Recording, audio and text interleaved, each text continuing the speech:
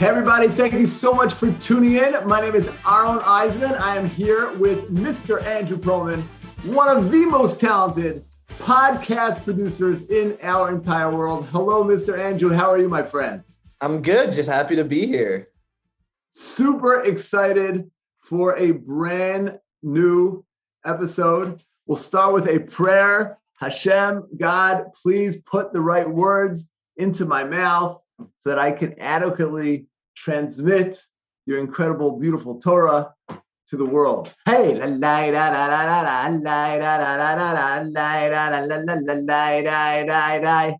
ready, Andrew? Yeah.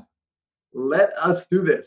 This week, my friend, is Parshas Vayetzei. If you remember at the end of last week, there was a dispute between Jacob and Esau as regarding the blessings, who really earned the blessings, and Jacob therefore had to run away from home because he was afraid from his life from his brother Esau. Esau was going to kill him, and he had to run away from home, and he was traveling away, basically moving out of home and going to get married and settle down and get a job. That transitional period that we might know about in our day, you move out of your parents' house and there's a whole new world. Well, Jacob grew up in the home of Isaac and in the home of Abraham. Can you imagine the incredible holiness that Jacob is growing up in? And now Jacob is leaving and he's traveling to Haran to find a wife and get a job and settle down. And on the way, he has a dream, and the famous Jacob's ladder that's become very well known, but there's a depth that we have to uncover to discover the incredible beauty and apply it to our lives. So listen to this. So he's traveling to Haran, and on the way he stops and he goes to sleep. And he has a dream. And in his dream, he sees a ladder that is firmly on the ground, and its head is in the heavens. Shamayim is in the heavens. By the way, the word Shamayim means Sham Mayim. So Sham means there. Sham Mayim. Sham means there, and Mayim means like plural of there. So there-ness. So Shamayim, like way out there. So in the heavens, so Sham Mayim. It's way up in the heavens. So he has this dream and he wakes up and he said, wow, there must be God in this place. And without going into every detail of the verses, there's a question that jumps out at us.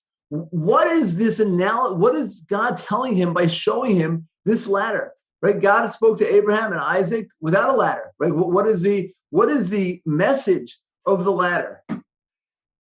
Mr. Perelman, what do you say, my friend? And also right after he says, now I see that God is in this place. What about the ladder reminded him or indicated to him that God is in this place? I mean, God is everywhere. He's not, right? So what is it about the story of this ladder that propelled Jacob to say, I see that God is in this place? Maybe just the awareness of having having somewhere that's out of reach that you aren't able to fully comprehend, but you see that there is a way to get there. And so you become more aware of. Beautiful. I love that. You mean the ladder? Beautiful. I want to share with you. You're right. You're right on track, my friend. Listen to this. Jacob is leaving the epitome of holiness, traveling into mundane, making a living. He's living in the home of Isaac, and then he's going to travel to work. So the message that God is telling him is that you are living in a very spiritual atmosphere. But guess what? The physical world you're going into to work and earn a livelihood is just as spiritual. And not only is it just as spiritual, it's the purpose is to raise it up. The whole reason we have the physical world is to raise it up. You see, there's a lot of religions out there that are very uncomfortable with the physical world. Like it seems cumbersome and gets in the way of the physical world. Like the elite of a religion, don't get married, they're celibate, or they're sitting on a mountaintop, eating very, very simple foods and water, sort of abstaining from the physical. God's message to Jacob is just the opposite. it's possible, and we are commanded to uplift the physical. We don't run away from the physical. We embrace the physical and lift it up. That is what our mission is in this world.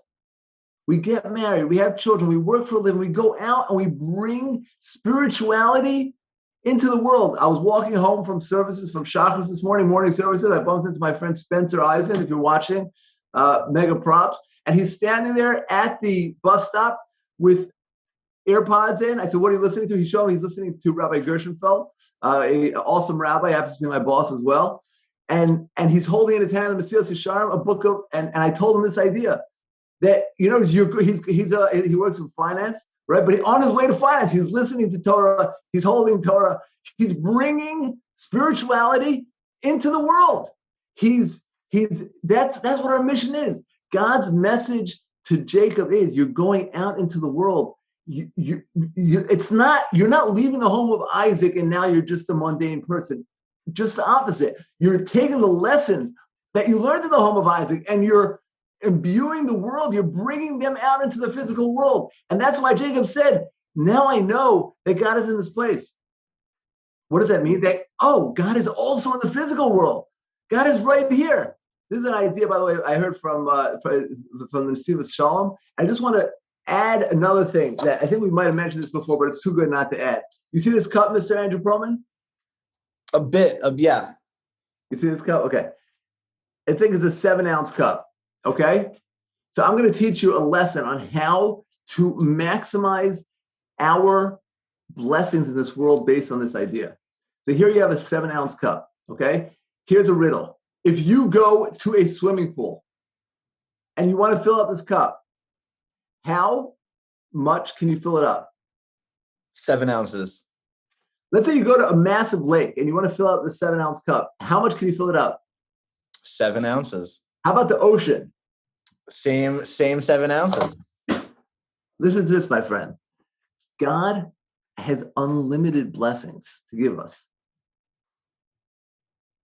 The ocean has unlimited water, or not unlimited, but a lot more water than 7 ounces. Why can't the cup be filled up more than 7 ounces? Because the cup is limited. It's only 7 ounces. The problem is not with the ocean. The problem is with the cup. The problem is not with God. The problem is with us. If we want more blessing, we have to be a bigger receptacle to be able to receive more blessing. The more open we are to receiving blessing, the more blessing we get. How do we be open to receiving blessing? If we're using the physical world for its purpose. What's the purpose of the physical world? To lift it up. I'm using my money to make the world a better place. I'm using my home to invite people in. I'm using my body, my talents, my skills to light up the world. If I'm using the gifts that I have for its purpose, which is to light up the world, so God's like, here's more. Let's do more. Then there's more blessing. But if we're wasting our blessings, then it's destructive for God to give us more because we're only a 7-ounce cup. Imagine if you keep pouring out of a 7-ounce cup. Then it's going to get over your shoes and get all over the place because it can only handle 7 ounces. It's going to destroy the cup, right? If God gives us more blessing and we're just wasting, like you see, unfortunately, you see sometimes people win the lottery, right? And their lives are destroyed by the blessing of a lottery. It's such a blessing to win the lottery, but their lives are destroyed because their cup, their ability to receive is limited. They're not able to handle all the blessing. So if we internalize this lesson that God is telling Jacob, and Jacob's, it's obviously a lesson for us. So we read it, where it's not just a history, it's a lesson for us that we can and should and are required to use the physical world and lift it up. And how do we do that? It's like it's overwhelming. I want to use my blessings for good. I want to be merit to have more blessings. How do I use it? Because there's a ladder, one step at a time. Boom, boom, boom. Consistency, small baby steps, one step at a time. We can turn all of our physical blessings into its purpose, into uplifting the world. If a person dies with let's say a guy has $1 million, $10 million, right? And then they die. That's it. They don't have it anymore. But if they give it away, they give away that $10 million, they have it forever. That's who they are. The purpose of this physical world is to transform it. If you're investing your money in a firm and they're wasting your money, then you wouldn't give them more money. It doesn't make any sense. We're giving money. We're giving our gifts in order to transform them. And that's what the message, as Jacob is going out into the world, take these baby steps. I want to share with you three baby steps I heard from Rabbi Victor Miller this week in how to take those baby steps into transforming the world. So number one, he says that if you have a minute and a half, these three steps can be done in a minute and a half a day. Step number one, again, we're trying to transform the physical world into the spiritual. So number one is take 60 seconds on the clock, set a timer, 60 seconds, and talk to God. You don't know, I don't believe in God, I don't know, what am I doing? Just for 60 seconds a day. You could be an atheist the rest of the time if you want, maybe don't, but for 60 seconds, believe in God. For 60 seconds, talk to God. Whether you believe, you don't believe, talk to him. Say, God, if you are listening, I just want to thank you so much that I can see. I want to thank you that I could hear. I want to thank you that I could talk. I want to thank you that I have a family. I want to thank you that I'm not in the hospital. I want to thank you that the fire engines didn't come to my house last night. I want to thank you that my kidneys are working, that my heart's working, my lungs are working, my digestive system is working, my arms, my legs, my ears, my eyes. Thank you for my friends. And then of course, again, you can do a minute of that. And then please help me with my, I have a test tomorrow. I have this problem. Somebody asked me an interesting question this week, and I think I gave a very good answer. God put a beautiful answer into my head. He said, am I allowed to ask for God to put me to give, do well on a test? It seems so mundane. It seems so, so selfish, God's, so I told him, I said, my son is 5 years old, right? He's an awesome, awesome person. You got to come meet him. He's really, really great, but he doesn't tie his shoes, right? So every morning he's walking around with these like long laces, like flopping around, right? So I say, and he always says, Daddy, could you help me tie my shoes? So I love that. I help him tie his shoes. Now I'm a very talented person, right? I'm wise. I'm skilled. I could do a lot of stuff. I could drive a car, right? I could change a tire. But I'm very happy to help him tie his shoes because he needs help tying his shoes. So I have great joy in helping him. I don't need him to ask me some great esoteric question about the universe. It's like, Daddy, could you help me tie my shoes? Sure, no problem. So when we're building a relationship with God, that's what we should say is, God, could you help me tie my shoes? Help me do well on because that's what's important to me. And maybe when I'm greater, and when he's bigger, maybe he'll ask me those big questions and then we can discuss that. But God is relating to us on our level. So thank you, God, for what I have. And please help me on my final. Please help me find a better job. Please help me find my wife. Please help me have children. Please help me raise my children. Please help me. Whatever it is that I want, take 60 seconds a day and say that. That's step number one. Again, we're talking about baby steps, small baby steps, 1 minute a day. 1 minute a day. And by the way, this will be your most meaningful minute of the day. Step number two is to notice God in the world. Notice, you see a tree, this is 10 seconds, just see a tree, like, wow. Or notice another person, you're like, wow, what a miracle. Look how they're coordinated, look how they're walking, look how they're seeing, like, wow, what an incredible miracle. I want to share with you, I was studying last night with my friend Brandon Gorodokin, holy man, and he said a beautiful insight on the ladder that ties into this very much. He said that the ladder, what is a ladder? He didn't see this anyway. He came out with this on his own. The ladder, when you see a ladder standing up, what does the ladder tell you? When a ladder is standing up, what does it tell you? Obviously, it's leaning against something, right? A ladder doesn't just stand up. If you see a ladder, you look up and say, whoa, where is that ladder going to, right? You're walking down the street, you see a ladder, you're like, wow, where's it going, right? If you see a ladder standing, something's holding it up. The message for Jacob is that this ladder is being held up. If you see a ladder, it's going up to heaven. And that could be extended to everything. If you see something, if you see a human being, you see a tree, you see anything, obviously it's put here from somewhere. There's a bottom line science. You don't have something come from nothing. It's impossible. You can't have something from nothing. If there's a ladder standing, there's something holding it up. If there's a tree standing, there's something holding it up. If there's a person standing, if there's anything in existence, that's where it's coming from. So step number two is to notice that everything notice God in everything. 10 seconds. And the last one is to state your purpose. All your actions should be for heaven. So basically, you wake up in the morning or anytime during the day, you say, I am now going to work in order to support myself so I can live and do good things in this world. Or I am now going to go to sleep so I can be well rested so I could have an accomplishing day tomorrow. In other words, state the purpose. Don't just be a robot, a horse. Horses wake up and go to sleep and wake up and eat and go to work, right? Don't do that. Be mindful. So there's three steps. Bless you. 3 steps. Number 1, pray 60 seconds a day. Talk to God for 60 seconds a day.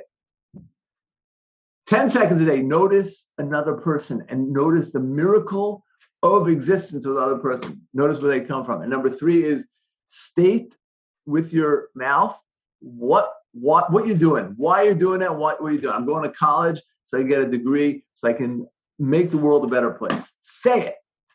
And that's how we progress to a higher level. That's how we get up to the next level, climb that ladder, and lift up this world into being into fulfilling its purpose. I'll tell you a beautiful story about a rich man who passed away. They say about Paul Reichman. I don't know if it was him, but let's say it was. And he's about to pass away, and he tells his children, he's leaving them obviously a tremendous amount of money, and he tells his children, I'm leaving you 2 wills. And the first will I want you to open right after I die, and the second will I want you to open 30 days later. So, he passes away, and they open the first will, and all it says is, dear children, please bury me in my socks. That's it. Like, what do? You're now, according to Jewish law, you're not allowed to be buried in your socks. So what do? So they go to these rabbis. Now, these are rabbis who Mr. Reichman has given millions and millions of dollars to their institutions, huge philanthropists, supporting Jewish causes and every type of cause. And he wants one request, to be buried in his socks. I mean, come on. Can you give the man one request? Millions and millions of dollars, give him one request. With the rabbis, I'm like, I'm sorry, we can't overrule the Torah. So they bury him without his socks. And 30 days later, they open up the second will. And it says, dear children, I'm sure you did not bury me in my socks because it's against Jewish law. I wanted to give you a lesson. When you die, you can't even take a pair of socks. Make sure you give it away. In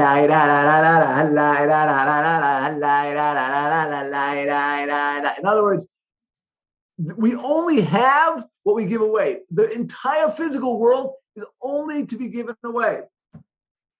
So that is the message number 1 from the ladder to transform the physical into spiritual.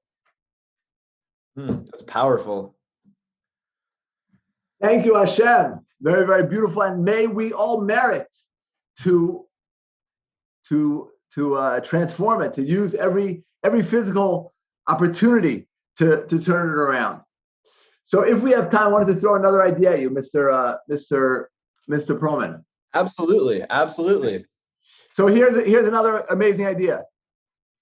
Jacob continues going, and he actually lands in Haran, and he meets his wife Rachel. Again, we're not doing justice to the whole Torah portion. Make sure you sit down and study it, or go online and read about it.